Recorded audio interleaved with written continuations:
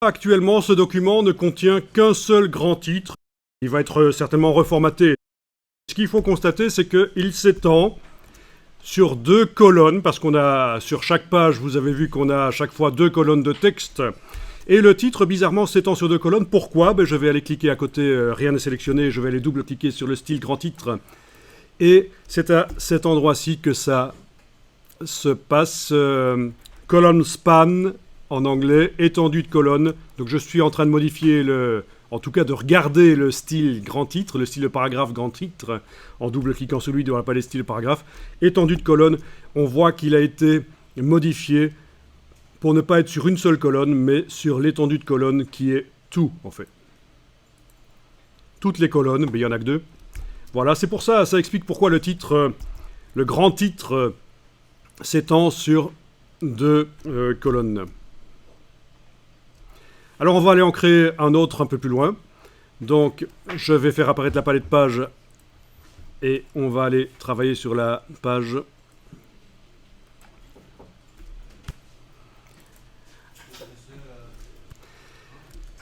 Donc voilà, vous pouvez aller sur la page 43, vous double-cliquez dans la palette page, menu Window Pages, menu Fenêtre Page, vous double-cliquez sur la page 43, vous êtes sur la page 43. Voilà, page 43, c'est forcément la page de droite, c'est un numéro impair à la page de droite. Est-ce que vous avez la page 43 qui commence par qui devrait commencer par les 360 millions d'exemplaires à la sortie du tome 86? Ça commence par ça chez vous aussi? Ok, parce que j'étais pas certain, parce que le Arial du Mac et le Arial du PC n'étant pas le même, il est possible que le titre que nous avons formaté là au tout début n'ait pas la même hauteur, et donc voilà pourquoi je pose la question. Alors, voilà ce qu'on va faire, on va aller sélectionner une partie d'un paragraphe, vous prenez l'outil texte et vous allez ici sélectionner, ici, les mangas sont vendus moins cher au Japon qu'en Europe. Voilà, on va prendre ça, on le sélectionne, vous faites une copie, un CTRL-C bien sûr, vous vous mettez au début du paragraphe, le curseur est là, il clignote, et vous enfoncez une fois la touche retour chariot, donc la grosse touche entrée sur le clavier, la touche retour chariot. Ça vous dit quelque chose, de mot retour chariot? Vaguement, c'est en rapport avec les machines à écrire. Hein. Sur les machines à écrire, vous avez une petite oreille là sur le côté, c'est le retour chariot. D'où la flèche qui tourne qu'on voit sur le clavier, la touche retour chariot. Alors de manière assez arbitraire ici, parce que c'est pour l'exemple, je vais aller insérer un grand titre à cet endroit-là. Donc le grand titre, d'abord je vais coller la chose, donc un CTRL-V, voilà la phrase. Donc c'est un paragraphe. Dans InDesign, un titre est un paragraphe, en fait, il ne fait pas trop la différence. C'est très souple, en fait, ça amène de la souplesse éventuellement. Et alors, on va lui appliquer le style grand titre. Et on va voir ce qui va se passer. Donc, vous devez avoir le curseur qui est n'importe où dans ce paragraphe. Vous allez chercher la palette des styles de paragraphe. Et vous appliquez grand titre. Voilà, et vous devriez avoir un grand titre qui s'étend sur les 2 colonnes. Pas de surprise. Nickel. Bien, on va faire ça à un autre endroit encore, soyons fous. Je vais aller sur la page de droite suivante. Voilà. On a un paragraphe qui commence par « La presse japonaise se transforme aussi sur le modèle de la presse anglo-saxonne ». Je sélectionne ça. Même principe, je copie. Je vais sur le début du paragraphe, touche retour chariot, je reviens sur ce paragraphe-là, je colle, j'applique le style, grand titre, et voilà. Nous avons donc maintenant 3 grands titres dans le document. Comme vous le voyez quand on zoome en arrière, 3 grands titres. 1, 2 et 3. Trop fort.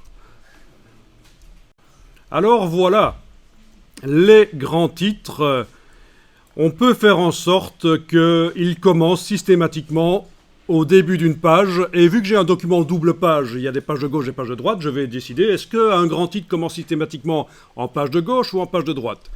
Bon, je vais décider qu'il commence systématiquement en page de gauche. Alors, il y a une solution qui consiste à faire ceci, vous pouvez tester. vous mettez le curseur au début du deuxième grand titre du document. Donc c'est le premier que vous avez créé là. Les mangas sont... attendez un peu, ça c'est... Oui, c'est bien ça. C'est le premier que vous avez créé. Les mangas sont vendus moins cher au Japon. Voilà. Et une solution consiste à manuellement chasser le grand titre et tout ce qui suit bien sûr à la page de gauche suivante. Et pour faire ça, on fait un clic droit, insérer un caractère de saut de page pair, puisque les pages paires sont des pages de gauche. Elles sont toujours numérotées avec des numéros pairs. Donc insérer un caractère de saut de page pair. Qu'est-ce qui se passe? Ça doit être, en anglais, ça doit être insert even page character, un truc comme ça. Even, ça veut dire pair en anglais. Oui, ça doit être ça. Hein. Even, si je me souviens bien, et odd, c'est impair. Hein. Et donc, vous avez les deux. Vous avez, Et donc, vous devriez vous retrouver avec ça. Est-ce que vous vous retrouvez avec ça, avec le titre qui a été chassé en page gauche suivante? Super. Alors, vous voyez les caractères masqués, je suppose. Parce que dans la palette des outils, vous êtes avec l'icône... Quand la palette des outils est affichée en 2 colonnes, vous êtes avec l'icône de gauche enclenchée, c'est-à-dire vous avez le document affiché en normal, et non pas en preview. Et donc, vous devriez voir toutes les balises de fin de paragraphe, etc. Et alors, il y a une balise qui nous intéresse. Alors, vous êtes en train de travailler avec le curseur texte dans un texte, là. C'est l'outil texte qui est activé. Je vous rappelle que si vous voulez bouger les pages, il ne faut pas utiliser la barre d'espacement, il faut utiliser la touche Alt. Vous enfoncez la touche Alt, c'est le raccourci pour aller chercher la petite main, et vous pouvez bouger les pages et remonter à la page d'avant. Et alors, qu'est-ce qu'on voit ici? Une balise. Ah, qu'est-ce qu'elle est sympa, on en ferait bien un petit autocollant à coller dans les toilettes. Ok. Vous la voyez? Ça, c'est le caractère que vous avez inséré. C'est une balise de saut de page impair. Bon, vous avez vu comment manuellement vous pouvez chasser le texte à la page suivante. Et page suivante paire ou impair, de gauche ou de droite, c'est vous qui voyez. Bon, alors nous, ce qu'on va faire, c'est différent. On va modifier le style de paragraphe de manière à ce que ce soit automatisé pour tout le document, parce qu'on veut automatiser les choses, nous, ici. C'est-à-dire que si quelqu'un s'amène avec un document de 200 pages de texte et quelques graphiques, statistiques ou des images et vous dit « Ah, il faudrait que pour dans 24 heures ou 48 heures, j'ai mon document de mise en page avec les 200 pages de texte et les images insérées là où il faut. » Est-ce que c'est possible? Si vous ne connaissez pas tout le système qu'on est en train de voir ici, vous n'allez pas y arriver. Si vous connaissez le système qu'on est en train de voir avec le système de texte en flux continu et des images insérées dans le flux, c'est faisable. En moins de 24 heures, un document de 200 pages peut être fait. Genre rapport d'entreprise ou quoi. Alors vous vous dites peut-être ça ne sert pas à grand-chose, c'est pas du graphisme, mais quand vous devez déposer un dossier avec une explication sur l'historique de votre entreprise, sur tout ce que vous avez fait, ça peut servir d'avoir non seulement un document qui est long, là vous engagez un rédacteur, mais en plus qui est mis en page correctement, là vous pourriez le faire vous-même. Donc les marchés publics, ça existe. Et ça fait partie des choses qui peuvent être utiles. Même si les gens ne lisent pas le document ou qui piochent juste sur une page ou l'autre pour voir un peu le contenu, un long texte bien épais, ça peut peser. Alors, ce qu'on va faire ici, c'est qu'on va sélectionner cette balise. On va sélectionner la balise et on va enfoncer la touche suppression. Et forcément, il n'y a plus de saut de page. Le grand titre revient là où il était. Alors on va cliquer avec la flèche noire à côté de tout. Rien n'est sélectionné, c'est bien. On va télécommander à distance l'aspect des titres, des grands titres. On va télécommander à distance leur aspect. Donc vous allez, après avoir cliqué à côté de tout pour tout désactiver, vous allez double-cliquer sur grand titre. Et ici, vous avez des choses qui vont vous permettre d'automatiser la mise en page. Notamment les options d'enchaînement. Les options d'enchaînement qui sont là, voilà. Donc, comment ça s'appelle en anglais encore? Ah, ok, oui, les Keep Options. Donc, les options d'enchaînement. Alors, qu'est-ce qu'il faut faire? Il faut indiquer ici que le paragraphe, lequel, grand titre, commence systématiquement sur une page paire. Donc, even page, next even page, un truc comme ça, dans la version anglaise. Si vous cochez la case aperçue, la case preview là dans votre boîte, vous devriez directement voir que ça le fait en fait. Hein. Sans avoir besoin d'avoir une balise, il n'y a pas de balise. C'est juste qu'on a créé une règle générale. Les grands titres commencent systématiquement en début de page de gauche. OK. Et donc voilà, ça marche.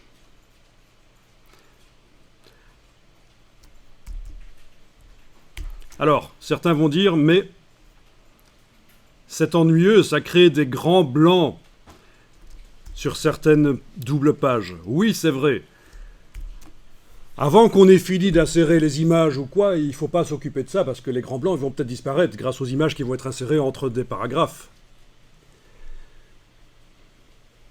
Maintenant, il faut savoir qu'on peut laisser des blancs et c'est même bien. Ça donne une sensation de richesse au document. Si vous remplissez, ça fait vraiment médiocre. Ça veut dire que vous êtes un rapia, vous voulez vraiment utiliser à fond tout l'espace. Vous n'avez pas vraiment beaucoup de moyens. Tandis que si vous faites des grands blancs dans une publication, ça donne une sensation de richesse et voilà, ça veut dire que vous en avez sous la pédale, il n'y a pas de problème. Donc, voilà, il faut faire attention à ça. Si vous voulez faire une publication qui a l'air luxueuse, faites des grands espaces sans rien, ou des fonds colorés, ou des photos qui remplissent, qui sont en fond, mais évitez de faire du remplissage, ça va donner un côté un peu bas de gamme, médiocre à la publication. Ok, bien sûr, le premier titre, il subit le style, mais vu qu'il était déjà en début de page de gauche, il n'a pas de problème, le premier titre. Les deux autres, ils sont. Donc, tu disais que tu avais 2 erreurs, alors que moi, je n'en ai pas ici. Et les 2 erreurs, on a découvert ce que c'est. C'est au moment où tu as fait le texte « Rechercher une police », tu n'as pas coché l'option ici « Redéfinir le style avec tout remplacer » et forcément, tu viens d'ajouter 2 grands titres qui utilisent le style de paragraphe grand titre. Et il était toujours indiqué ici qu'ils utilisent de l'Helvetica. Voilà, c'était ça. Le style n'avait pas été redéfini automatiquement quand on avait fait menu Type, Find Font, menu Texte, Rechercher Police. Voilà, tout s'explique. Il suffit d'aller modifier ça dans le style grand titre, d'aller indiquer l'Arial à la place de l'Helvetica.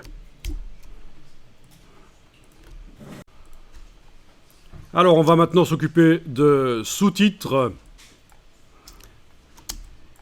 Donc, parce que ça va amener un peu de diversité, de structure, d'avoir des sous-titres, parce que du texte au kilomètre comme ça donne pas envie de lire. Bon, déjà, si on mettait des images dedans, ça aiderait, mais malgré tout, on va mettre des sous-titres. Donc, allez sur le deuxième grand titre que vous avez créé. Et on va aller créer un sous-titre. Donc, on va aller ici au deuxième paragraphe. Depuis son ouverture en novembre 2006. 2006, oui. Tout ça va devenir un sous-titre, en fait. D'accord? Sélectionnez tout ça. Vous l'avez? Vous le repérez?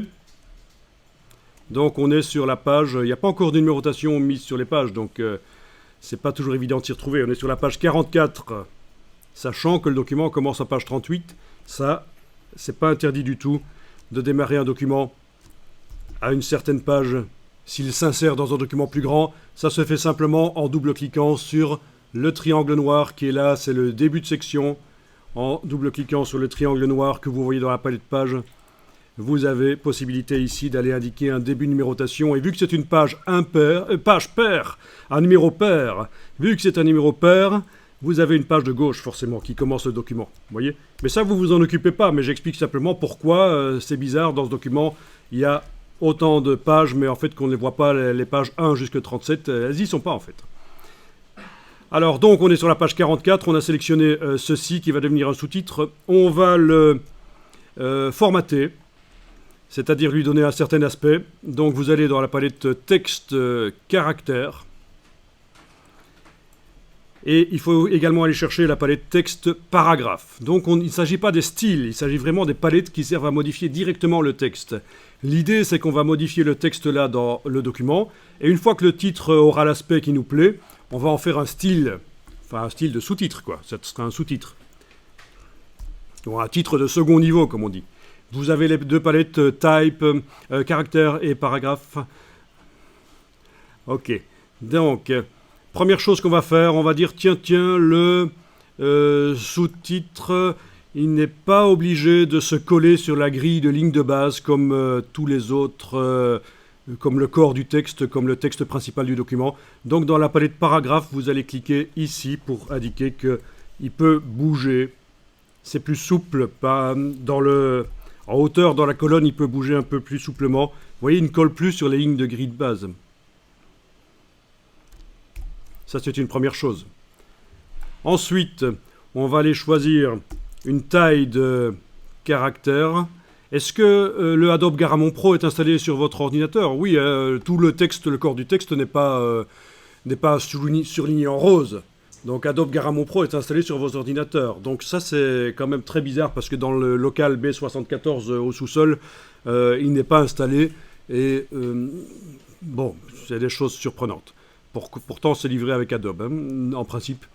Alors, c'est parfait. Allez-y, augmentez la taille. Par exemple, on va passer à 22. C'est pas mal. Et on va passer en bold au lieu de régular.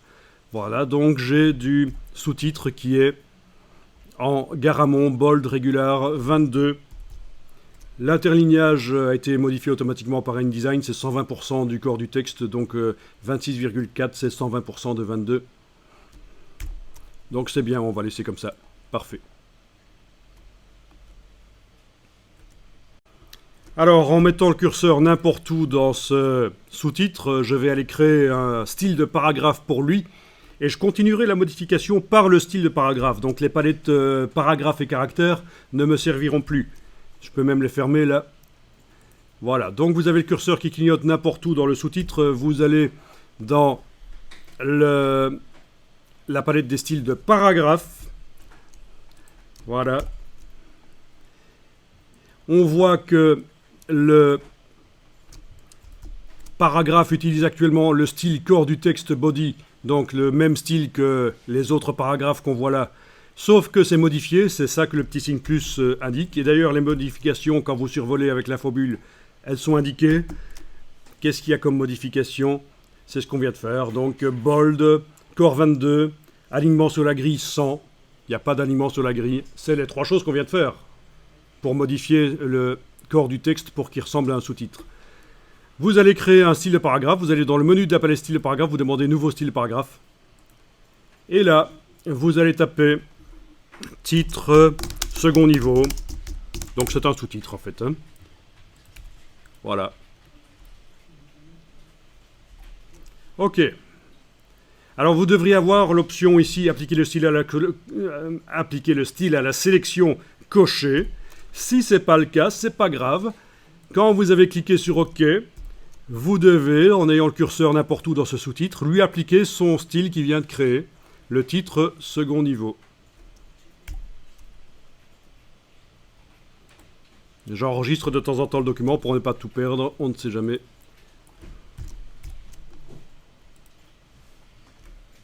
Bien, je vais cliquer à côté de tout. Rien n'est sélectionné. Avec la flèche noire, je clique à côté de tout. Et je vais aller modifier le style titre de second niveau. Vous double-cliquez sur le style paragraphe titre de second niveau. Et vous allez par exemple changer la couleur des caractères.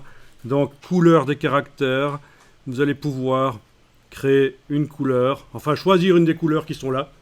Au fait, on va créer une couleur tant qu'on y est.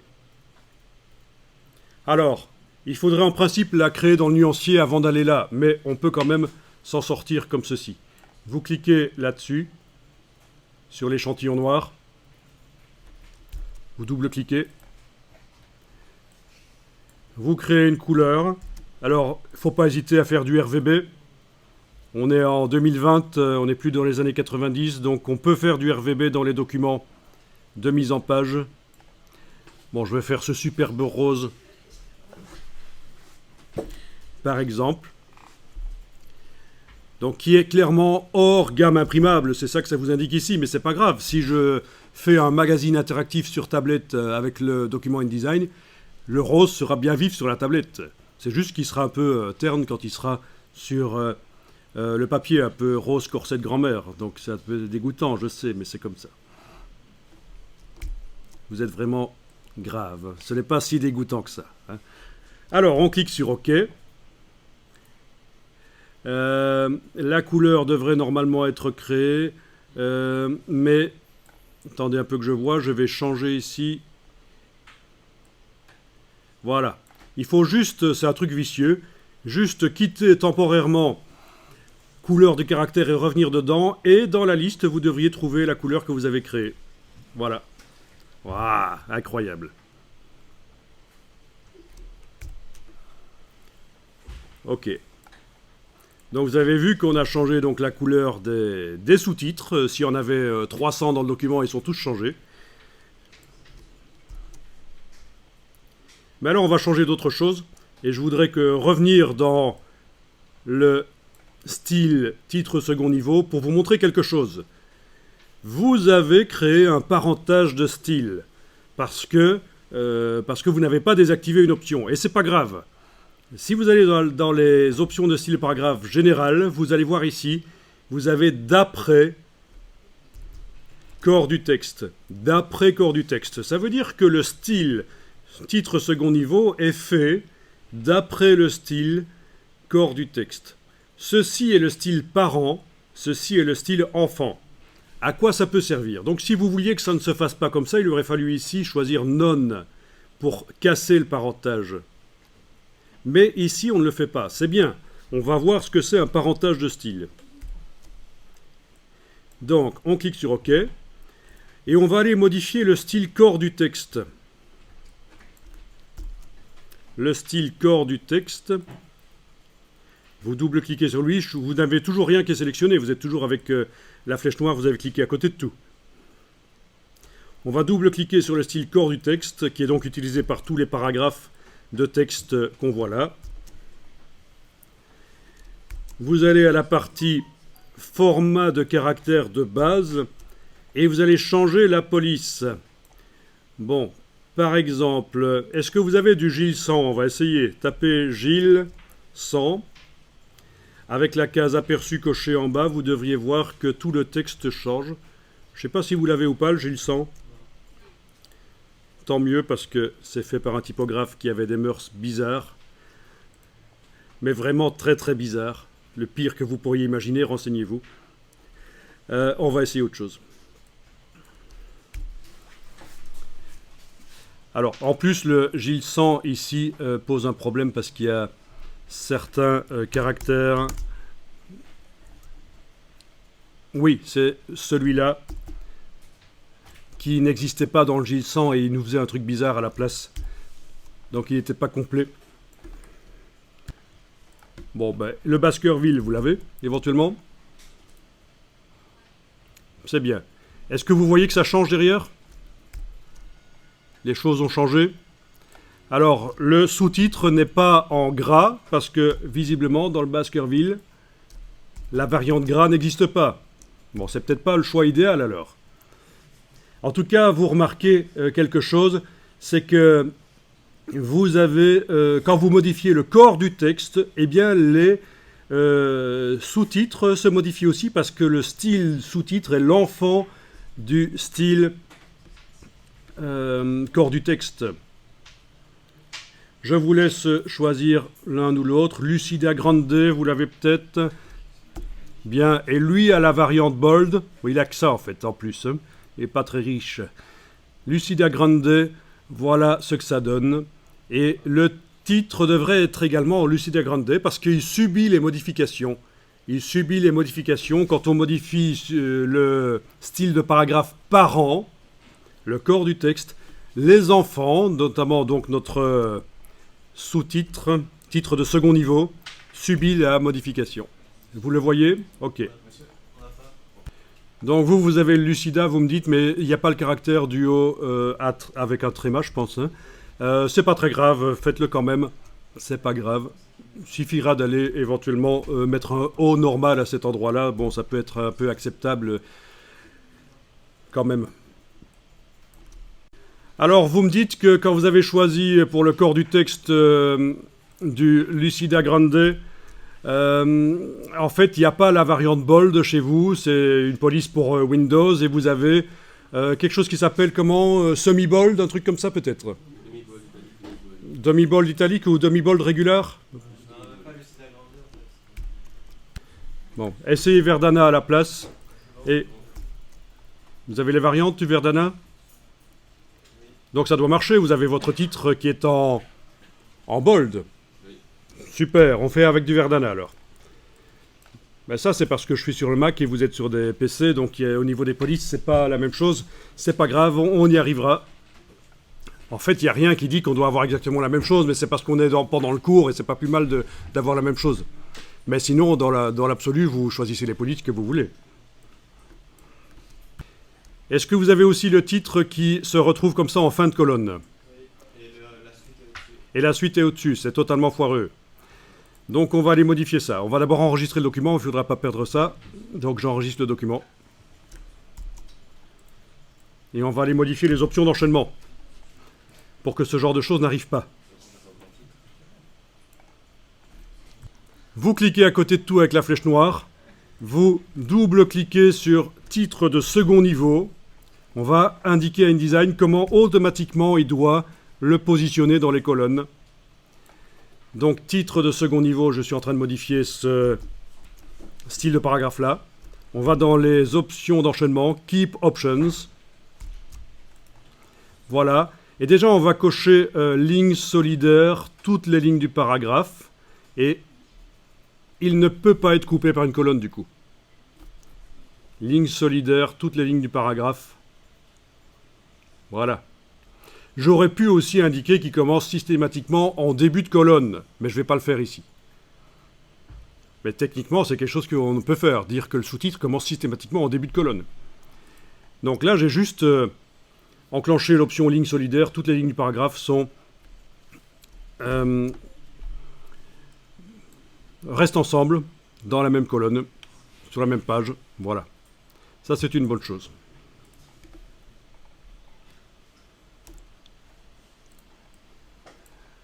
Ok, alors un truc qui peut être intéressant aussi, c'est de le lier aux lignes qui le suivent.